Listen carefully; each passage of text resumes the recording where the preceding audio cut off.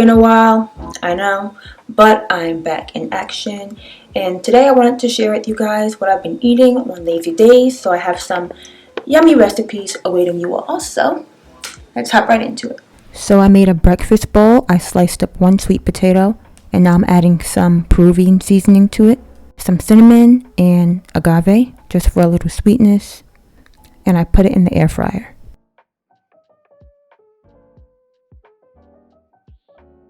And now I'm just cracking 2 eggs, adding some salt and pepper, and I cook that in a skillet.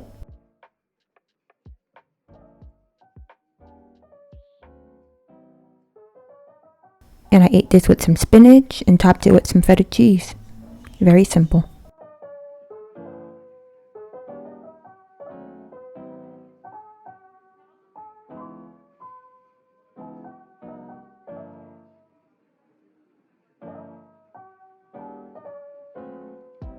Then I made some ramen stir fry. So I just let the noodles cook in some hot water. Then I made the marinade. I added 1/4 cup of tamari, 1 tablespoon of sesame garlic oil, 2 tablespoons of liquid sweetener, I used agave, 2 tablespoons of rice vinegar, a half tablespoon of chili garlic paste, 2 tablespoons of minced garlic, 1/4 teaspoon of pepper, and 2 tablespoons of cornstarch.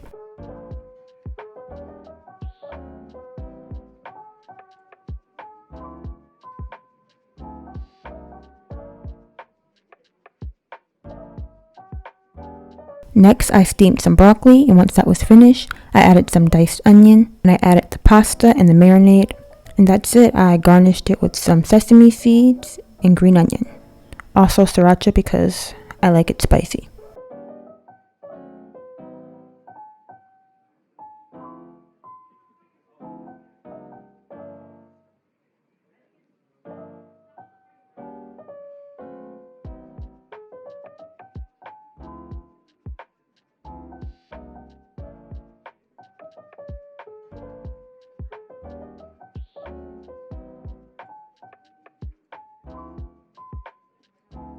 Next, I made some bean quesadillas. So I sauteed some yellow onion and jalapeno.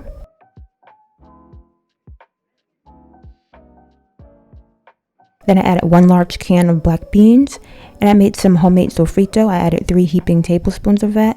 I will put the recipe down in the description box. I'm adding some Peruvian seasoning. You can add sazon or adobo. I also like to use that.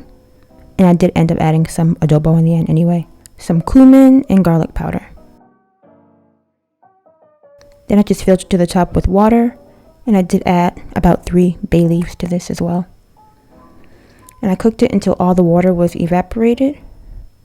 Put it into a bowl, tossed in some cilantro,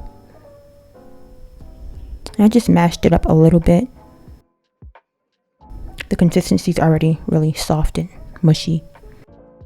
I spread it over a corn tortilla, added a little bit of sriracha.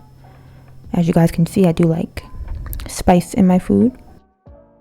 And I cooked it on both sides until it was nice and crispy.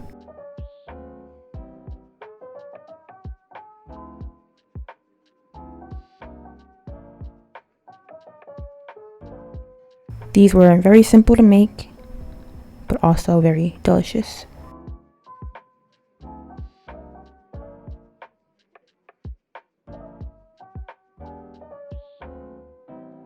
And of course, I had to end it off with a chocolate mug cake. I actually got this recipe online from a website called Chocolate Covered Katie. So I will leave the recipe in the description box. I'm just adding some cocoa powder, gluten-free flour, baking powder, liquid sweetener, some dairy-free chocolate chips, non-dairy milk, and I microwaved it for 40 seconds.